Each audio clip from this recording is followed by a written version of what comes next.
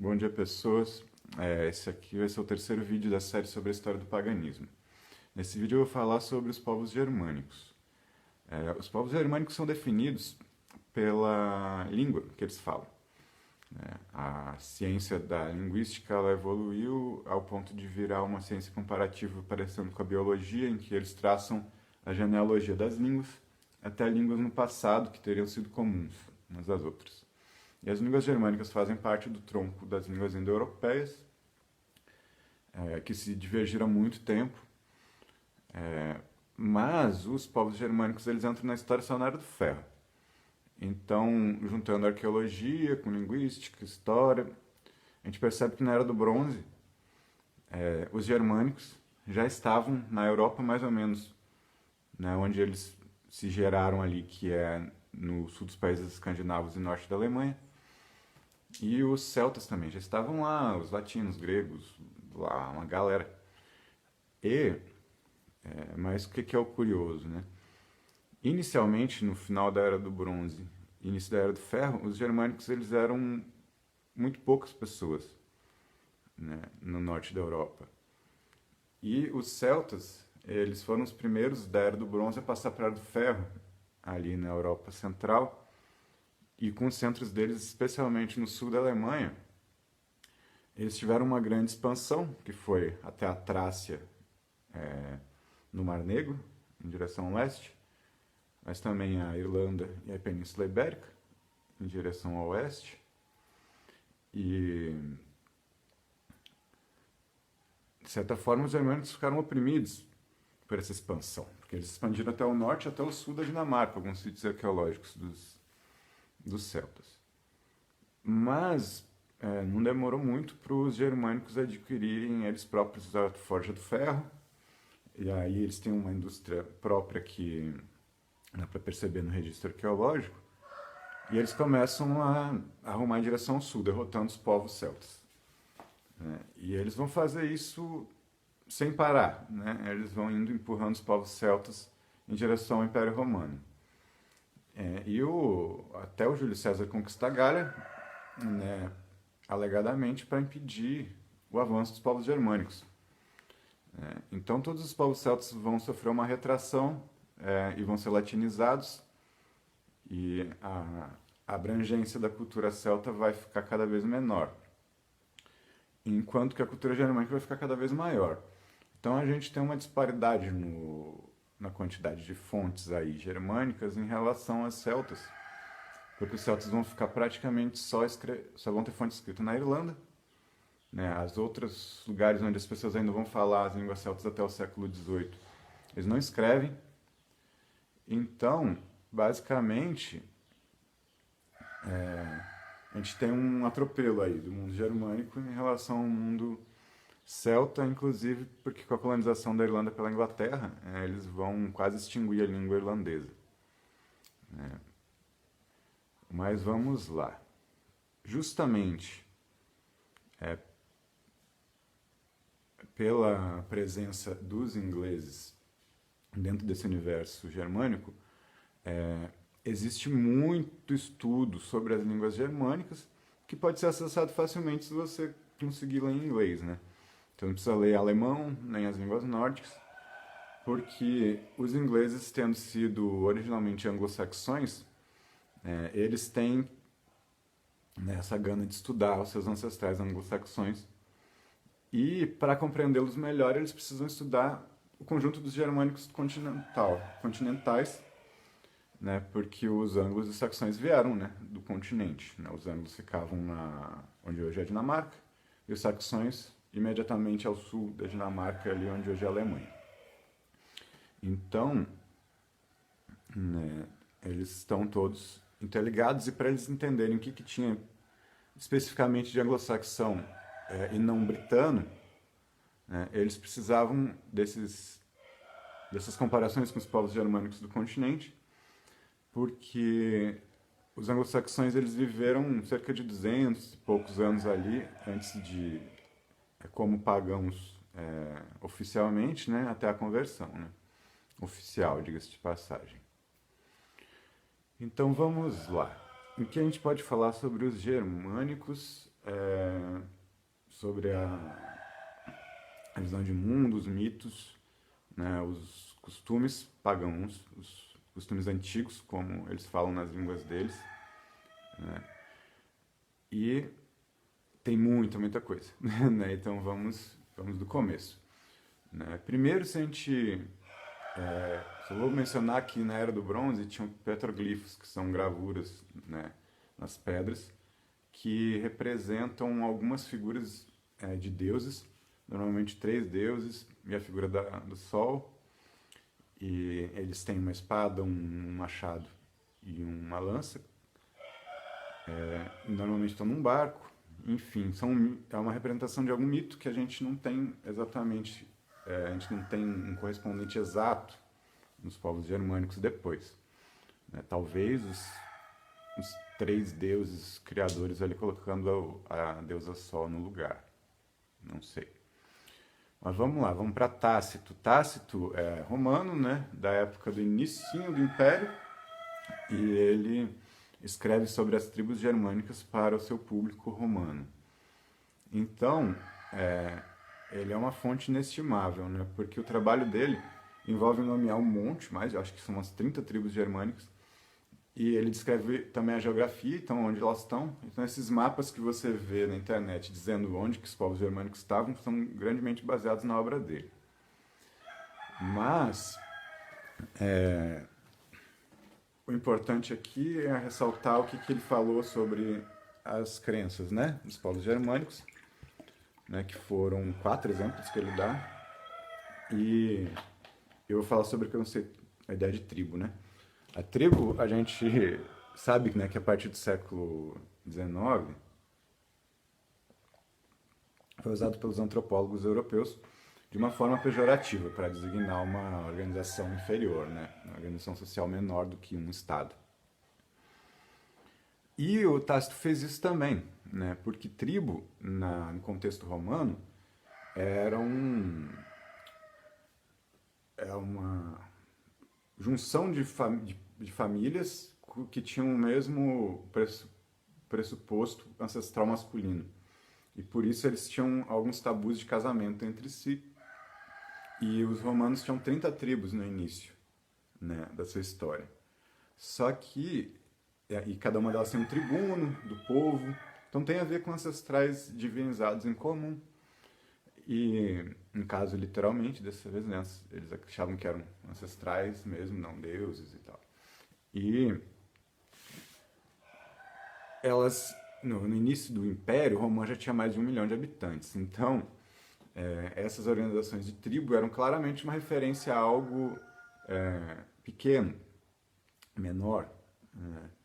Então, Tácito estava querendo dizer que essas tribos tinham tão poucas pessoas quanto haveria em um grande grupo familiar dos romanos. Aqui, de certa forma, ele não estava mentindo, não, né? Realmente os germânicos eram bem menos. Talvez no tempo do Tácito, Roma tivesse quase tantas pessoas quanto todos os germânicos, né? Mas vamos lá. Ele menciona um culto a Nerto. Nerto seria, ele fala que eles faziam sacrifícios humanos, né, a essa deusa Nerto, em uma ilha, onde hoje seria a Dinamarca, e essa ilha foi encontrada, né? Assim, a Nerto era uma espécie de deusa mãe da fertilidade, e ela era puxada, a imagem dela era puxada por uma carruagem puxada por vacas. Existem relações com mitologia nórdica, que eu posso falar depois, em outro vídeo. Mas, enfim, essa deusa ela não evoluiu para um culto que continuou existindo depois. Mas encontraram, né, esse local numa ilha chamada Fiônia, na Dinamarca. E provavelmente era um grande centro, né, nessa época do Tácito. Vamos lá. Deusa da fertilidade, né, ligada às vacas. Depois ele menciona um culto a um deus que ele compara com Marte, ou seja, um deus da guerra. E ele fala que esse culto seria feito em qualquer lugar em que você cravasse uma espada no chão, né? E, posteriormente, isso foi associado a Tyr, que é um deus que tem a espada como símbolo, é um deus guerreiro, ainda que ele não tenha só essas atribuições. E Tyr era um deus mais cultuado pelos saxões, especificamente, né, quando os francos submeteram eles ao cristianismo em um massacre, onde eles fizeram se encontrar com seus ancestrais 4.000 saxões e destruíram o templo a Tyr. Não era um templo, era um santuário, como se diria, num lugar aberto. Pois bem, ele também menciona no Tácito a existência do Deus Máximos e que esse Deus Máximo seria, para os teutões no caso, e esse Deus Máximo seria Mercúrio. E por que ele associa o Deus Máximos a Mercúrio, né? Posteriormente a gente vai ver que esse Deus Máximos é Odin mesmo, né? Que ele já estava se referindo. E Odin ele é associado com pássaros, especialmente com os corvos. Tem figuras deles com os corvos nos ombros, né? E desde períodos remotos, próximos a Tácito. Então, mesmo que ele não tivesse visto uma figura, ele poderia ter visto a descrição e comparado com Mercúrio. E posteriormente a gente vai ver como Odin tem várias coisas relacionadas a Mercúrio também, ainda que ele seja essencialmente relacionado à morte. Mas vamos lá. Tem uma outra referência, né, de por que seria realmente Odin. Foi encontrada uma estátua num templo romano que eles construíram na Germânia, enquanto estavam tentando conquistar a Germânia. E eles faziam sincretismo, né, os romanos, obrigatório, ou seja, eles tentavam banir os cultos locais, substituindo por uma versão deles. Então, eles fizeram uma estátua que só ficou o pé e a base onde está escrito o nome, do Mercúrio Corvo. Né? E o Mercúrio Corvo possivelmente era uma romanização de uma figura que equivaleria a Odin. Tá. Temos esses 3 deuses, né? Uma deusa, 2 deuses, e temos os oráculos. Os oráculos que eles jogavam eram com bastões que tinham esculpidos alguns símbolos. E ele não descreve muito mais do que isso, ele só fala que essa era uma forma de divinação dos nórdicos, e algumas pessoas tentam dizer que as runas já deviam existir, né, mais ou menos nesse período. Vamos lá. O que mais dá para ressaltar também do Tácito é que ele não menciona a existência de sacerdotes realmente. Né? Ele até fala que no culto a Nerto, só algumas pessoas podiam se aproximar da imagem, lidar com ela, mas isso é qualquer culto de qualquer lugar, né? Não é qualquer um que vai lá e mexe numa imagem. Né? Se existissem sacerdotes, ele teria descrito porque os druidas dos povos celtas já eram descritos na mesma época, né? E eram identificados facilmente como uma classe sacerdotal. Então os germânicos não têm sacerdotes.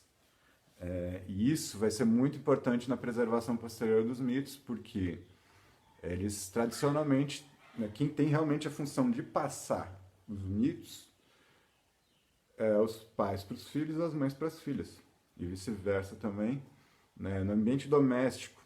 Né? E no ambiente público, o que fazia a graça das pessoas eram os poetas. Né? A palavra, nas línguas germânicas, inclusive depois no nórdico antigo, tem a tradução mais exata por poeta. Por quê? Mas ele também pode ser traduzido por cantor. Né? E basicamente porque eles cantavam poesias, e nessas poesias é que se passavam toda a tradição oral. De uma forma mais legal, né? Mais cheia de entretenimento e tal. Então essas pessoas eram muito valorizadas, as que sabiam declamar as poesias, mas nunca chegaram até o nível de um sacerdote, realmente, né? Isso é importante frisar. Por quê? Porque eles não dependiam do sacerdote, né? Para passar essas tradições.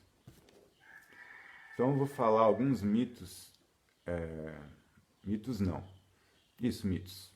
Dos anglo-saxões agora, porque eles também estão presentes no resto do mundo germânico e foram incorporados, né, à sociedade.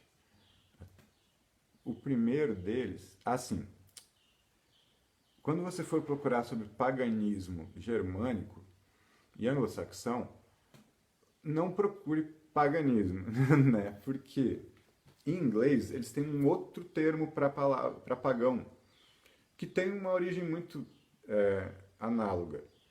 Quando os pagãos já estavam sendo convertidos, né, ali na Inglaterra, os anglo-saxões eles foram convertidos por monges de origem irlandesa, com aquela tradição de conversão das pessoas do campo já consolidada. Então não foi muito demorado para fazer esse processo de converter tanto as elites quanto os camponeses, né, fazendo aqueles sincretismos e tal.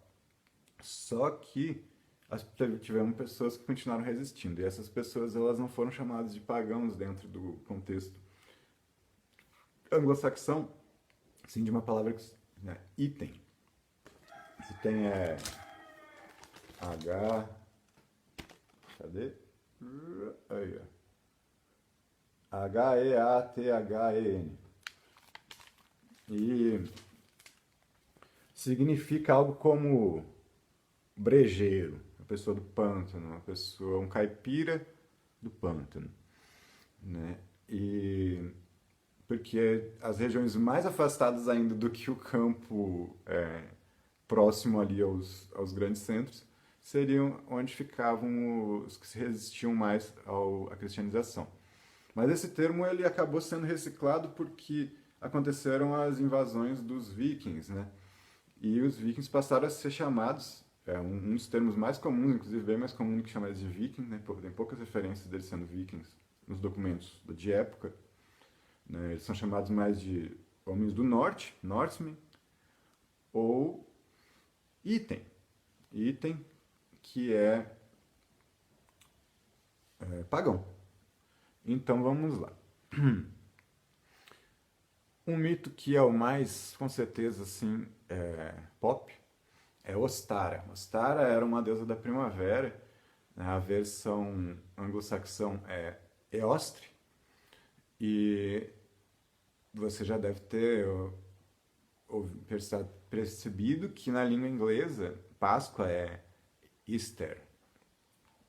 E é diretamente relacionado a Deus Eostre, né? A comemoração de Páscoa lá não tem um nome que os católicos quiseram botar para a maioria dos seus fiéis, né? Ele tem o nome da festa pagã anterior ainda. Essa festa a Deus Eostre, que era uma deusa da fertilidade, era comemorada no início da primavera e tinha como símbolos os coelhos e as lebres, porque eles saem das tocas aos montes, e os ovos, porque as aves botam muitos ovos na primavera, e chegou a evoluir ao símbolo de um coelho dando um ovo de presente para a deusa, ou mais frequentemente a crianças, porque as crianças também eram celebradas nesse festival da primavera para Ostara, porque, né, elas estão totalmente relacionadas à fertilidade humana também. Então, os cultos, as tradições das famílias germânicas, elas eram tão fortes que mesmo os cristãos querendo fazer eles pararem de fazer essas celebrações Ostara, os elementos pagãos continuaram ao ponto de hoje em dia a gente continuar celebrando os elementos pagãos, né? Eles venceram, digamos assim, a tentativa da igreja de bani-los. E é claro, a igreja ressignificou, né? Ela primeiro pegou a data e transformou na ressurreição de Cristo. E depois ela pegou os elementos ali todos, né? Os católicos têm explicação, né? O coelho, o ovo, tudo tem uma explicação cristã, que é sincretismo, porque nos dias de Páscoa mesmo, as pessoas iriam para a igreja, fariam aquelas celebrações públicas, ouviriam os mitos ali contados pelos padres, mas ao voltar para casa, eles contariam uns para os outros as histórias antigas, virando folclore, né? importante frisar isso, né? Algumas pessoas continuavam acreditando nos deuses pagãos e tal, por muito tempo, e tem provas disso, que pode vir em outros vídeos, né? Não esse. Mas, inicialmente, isso foi virando folclore, ou seja, as pessoas não queriam perder essa história e tal. Vamos lá, vamos para outra outro mito anglo-saxão. Esse é um pouco menos conhecido, é o tema dos gêmeos fundadores, gêmeos divinos. Eles aparecem, gêmeos divinos, né? Eles aparecem em várias histórias indo-europeias, até lá na Índia, mas são gêmeos que possuem características de personalidade distintas. Um deles é um guerreiro e um outro é o trabalhador fazendeiro, né? E eles aparecem, por exemplo, nos romanos como Castor e Pólux, né? Sendo que Castor tem até legiões romanas com o nome dele, e Pólux não. E os anglo-saxões, eles localizam a existência desses dois irmãos no momento do desembarque deles, né, na Grã-Bretanha, né, onde é a Inglaterra, e os primeiros conflitos com os bretões, né, os celtas. E eles chamam os gêmeos de... os nomes que poderiam ser traduzidos literalmente por Garanhão e Cavalo, sendo que o Garanhão é o guerreiro, né, e Cavalo é o trabalhador, né? E isso reflete aí já uma visão que vai permanecer aí com os povos germânicos, do porquê existia essa hierarquia entre guerreiros e fazendeiros, né? Dado que os guerreiros são os que se arriscam a morrer, né? Pela fama, na verdade, né? Vamos lá. E para falar de guerreiros que se arriscam a morrer pela fama, né? Isso é muito presente na cultura germânica, no folclore, né? Nos matadores de dragões. Mas os primeiros referências dessas histórias são lendas germânicas mesmo. E aí eu vou contar duas lendas, e ainda relacionar com uma terceira nórdica. A lenda de Beowulf. Beowulf é o primeiro e praticamente o único poema épico em língua inglesa, antiga. Então ele é muito valorizado pelos estudiosos do paganismo anglo-saxão, porque ele é cheio de palavras-chave que só tem na visão de mundo pagã e posteriormente vão desaparecer, né, da língua inglesa ou adquirir outros significados, tipo weird, que tem o significado de destino. No poema de Beowulf ainda está muito parecendo com a Urdri dos nórdicos, que é uma das Norne, que são as tecelãs do destino. Então eles conseguem extrair, né, os pagãos anglo-saxões, muita informação dessas palavras-chave no texto do Beowulf. Mas é um texto altamente já cristianizado, né? Então eles fazem um trabalho ali de garimpeiro para achar esses tesouros aí que não são tão evidentes, né? Mas vamos lá, a história do Beowulf, ela acontece na Escandinávia, né? E isso é interessante porque várias histórias do universo germânico acontecem na Escandinávia e não em outras partes do mundo germânico, né? E isso remete à origem comum deles nesse lugar, né? E como a paisagem escandinava estava mais fixa no imaginário popular, né? Vamos lá, o Beowulf, a história dele se passa no século VI. Ele nasceu entre os Gaitas, que vivem, né, onde hoje é a Suécia, mas ele fica sabendo de um monstro que está atacando na Dinamarca, né? Isso é um anacronismo dos escritores, né? Porque o manuscrito foi feito mais ou menos ao redor do ano 1000.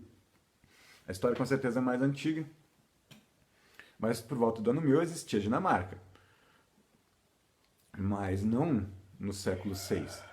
No século VI havia o reino dos Jutos, onde hoje é a península da Dinamarca, e ainda haviam anglos, que eram os ancestrais dos anglo-saxões. Então, possivelmente, eles queriam se referenciar aos ancestrais ângulos deles e falaram Dinamarca, né? Porque era o que alguém da época ia entender. Então, vamos lá. Beowulf sai lá da terra dele, dos Getas, e vai para a Dinamarca para enfrentar um monstro chamado Grendel, que estava atacando o reino lá, um reino lá, na Dinamarca. E ele derrota o Grendel. Depois de derrotar o Grendel, a mãe desse monstro aparece, ataca de novo o reino. Aí ele vai até a caverna onde ela mora, derrota ela também. Fica muito famoso com isso, é presenteado pelo rei da Dinamarca e volta para sua terra. Ao voltar para sua terra, ele também fica muito famoso. E quando o rei morre, de causas naturais, não, mentira, foi numa batalha com alguém, ele herda o reino, ele se torna o rei dos Gaitas. E aí Beowulf vive até os 50, quando de repente um dragão entra no reino, causando destruição. O motivo do dragão fazer isso é porque um escravo roubou uma taça de ouro do tesouro do dragão. E ele ficou muito puto. Aí o Beowulf, ele é tratado como se fosse um cara muito altruísta por ir lá defender o reino dele. Mas você vai ver por que ele foi altruísta. E daí ele resolve enfrentar o dragão. Né? E aí ele consegue a espada e a armadura dele de um ferreiro chamado Wayland, que vai ser um mito que eu vou contar depois. E o Beowulf vai até a caverna do dragão, entra lá e só um escudeiro fiel dele segue, todos os outros ficam com medo. Então ele vai até o dragão sozinho para enfrentá-lo. Na verdade, o escudeiro dele ajuda, é determinante.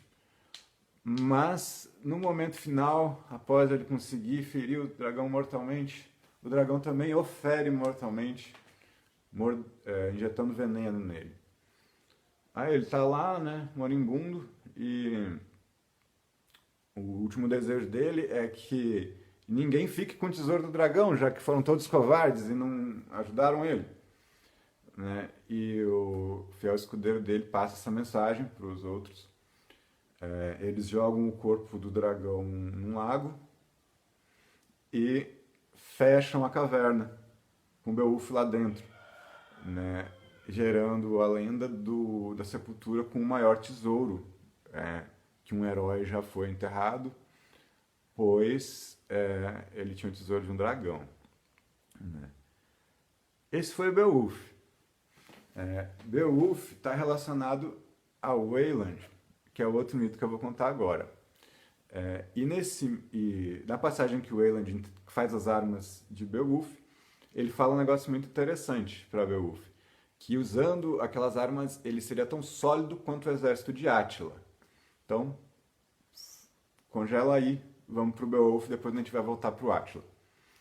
Não, pro Wayland. O Wayland foi um ferreiro e ele tem uma versão nórdica muito detalhada do mito, mas a versão anglo-saxã é bem sintética, então para fins de esse vídeo não ficar muito longo, vamos para a versão anglo-saxã, porque ela tem os fatos também, mais gráficos da história e relevantes.